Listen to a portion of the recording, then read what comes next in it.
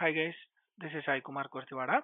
In this video, we will learn about React Profiler. So what is this profiler? Why we have to use profiler and when we have to use profiler? So let me see this within a slide.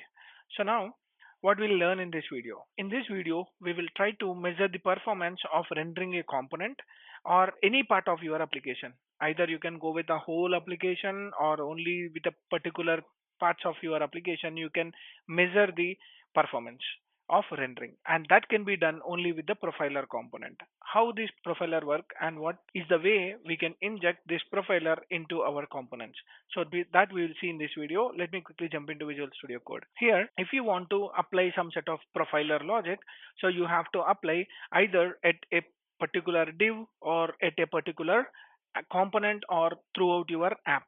So here what I'm doing is I'm applying at the app level, and we'll see what are the things which we can get it from the profiler. And here I can demonstrate exactly how the use memo will help us in increasing the performance. So now let me go and create our profiler. So we can use a profiler component.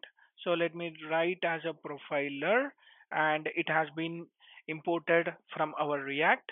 And let me wrap all the set of content which I want to check the performance. So I want to check the performance of this div. And now let me save this. So this profiler will take two props. One is an ID. You can give any of the ID so that it will be easy to identify what section we are trying to check the performance.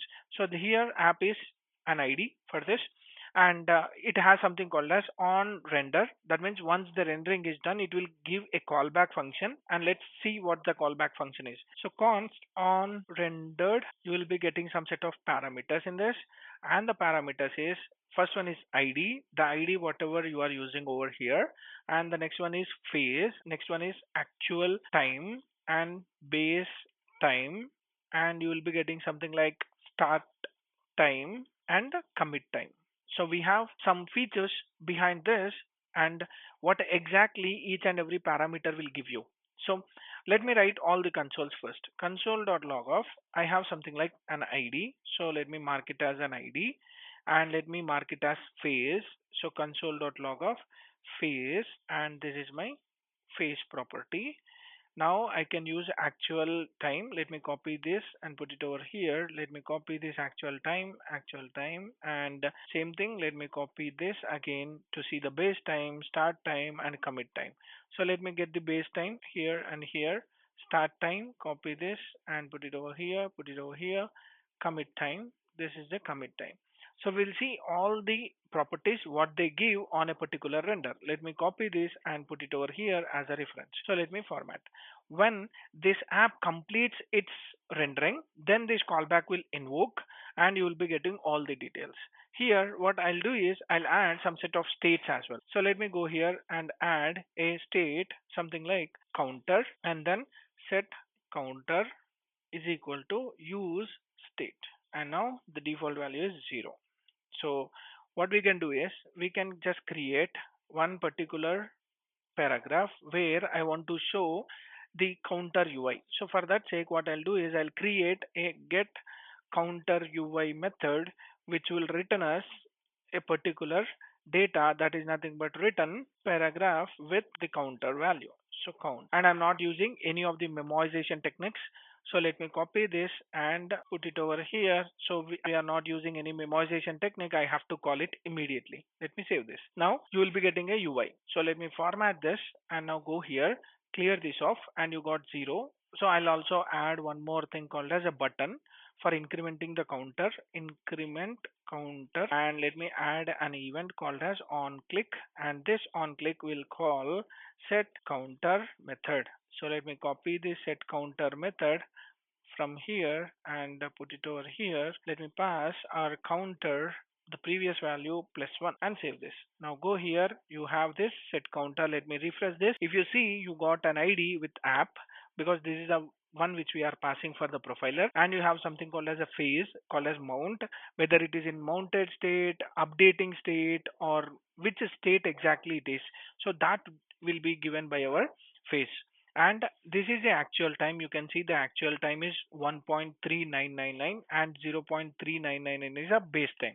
So when it started, for starting it took 132, and committed time is like worst case it will be rendered in 134 milliseconds. So these all are calculated in milliseconds.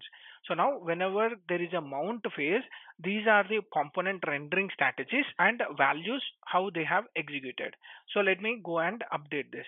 So when I updated this, again it called the render method, and here we have an ID of app, but the phase has been update because we are updating a state, and this phase is update phase.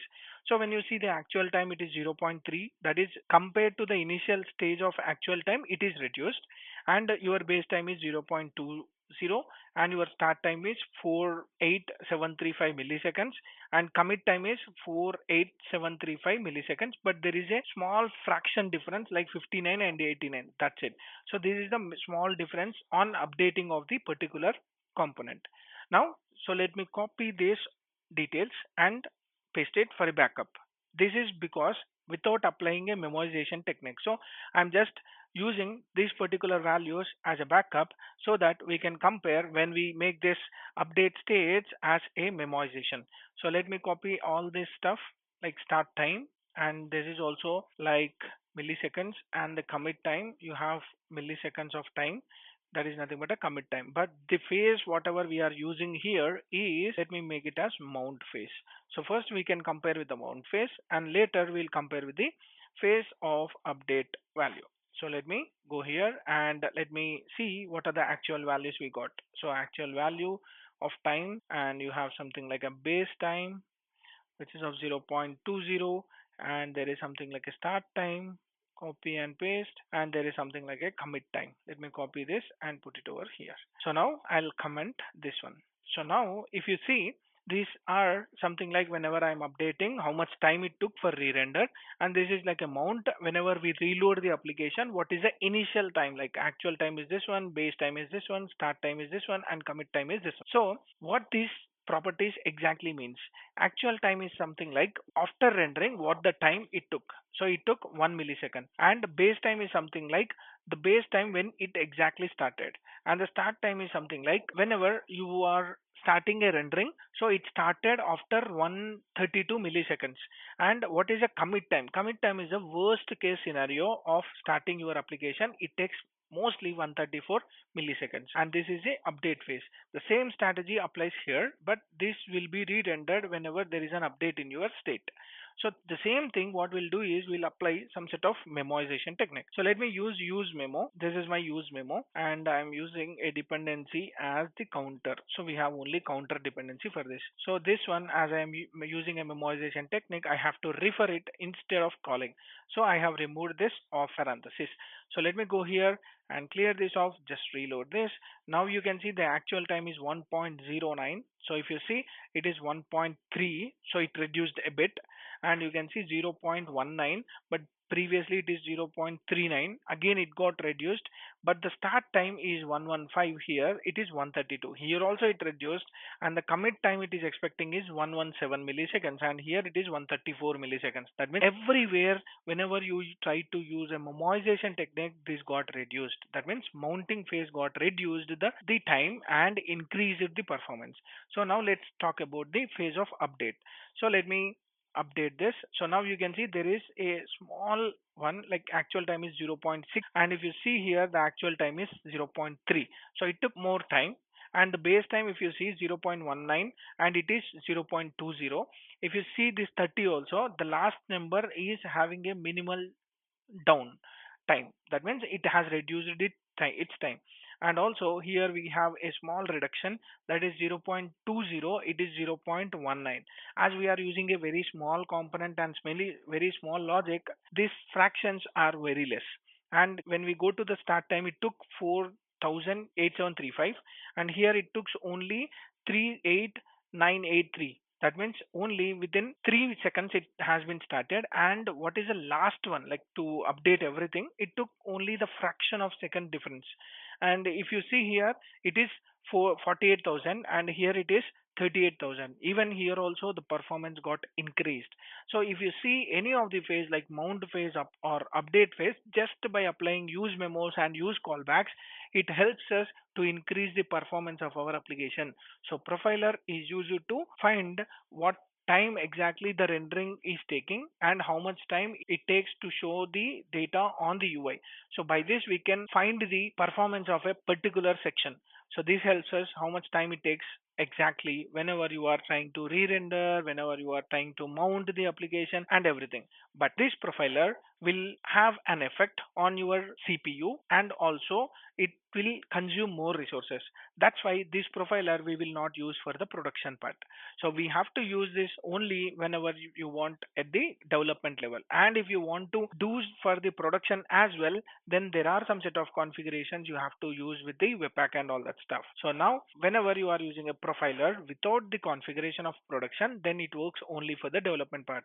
Whenever you are using for the development part, you can calculate and you can increase the performance by understanding the problems in that particular component or a particular section, and you have to resolve the problems to increase the performance of your application. And it is always recommended, don't use the profilers for the production release. So that's about your profiler in React, and that's how it helps us to find the performance of our application or a particular section of our application. That's it for this video. Hope you like my explanation. If you like my video, like, share, subscribe to my channel for more updates. Signing off. Thank you.